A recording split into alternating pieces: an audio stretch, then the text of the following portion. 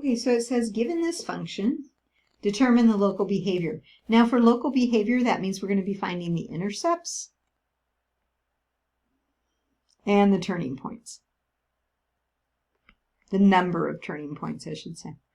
Okay, so let's start with the intercepts. Let's do the y-intercept.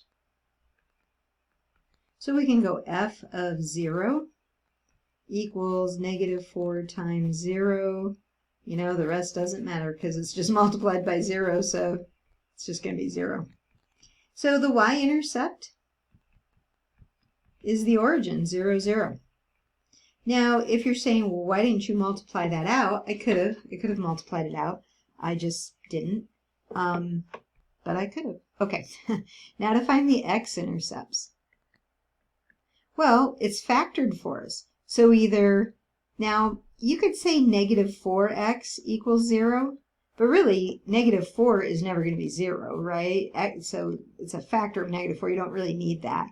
So that says x equals 0. So that's one of our x-intercepts. We kind of already knew that, didn't we? Or x plus 3 could equal 0, or x minus 4 could equal 0. Oops.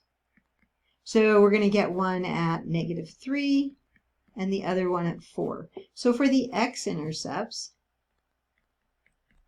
we get the point 0, 0.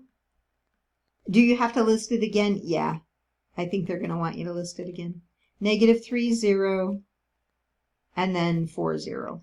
So those would be the x-intercepts. Okay, what about the turning points? How are we going to find the number of turning points? What we would like to know is the degree of this. What's the degree of our function? We could multiply it out. We've done that before in other videos, but I'm going to show you a little trick. We really just want to know the leading term, right? And you could have a bunch of these, but you know, a bunch of like binomials, right? Binomial factors. But we don't have to multiply the whole thing out. We can just find the leading term by taking the coefficient, oops, multiply it by the x there, get something, and multiply that by x. So I'm going to get my leading term here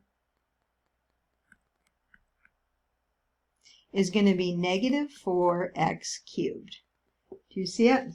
So I didn't write out the whole polynomial. You certainly could. If you don't like that little trick, that kind of hop, skip, jump thing, just multiply the whole thing out. But this is the leading term. So what's the degree? Degree is 3. So how many turning points are there? There are at most 2 turning points.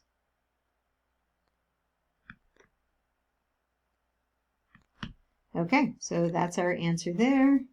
And we answered all the questions. We did the y-intercept, the x-intercept, and we know there's at most 2 turning points. Okay.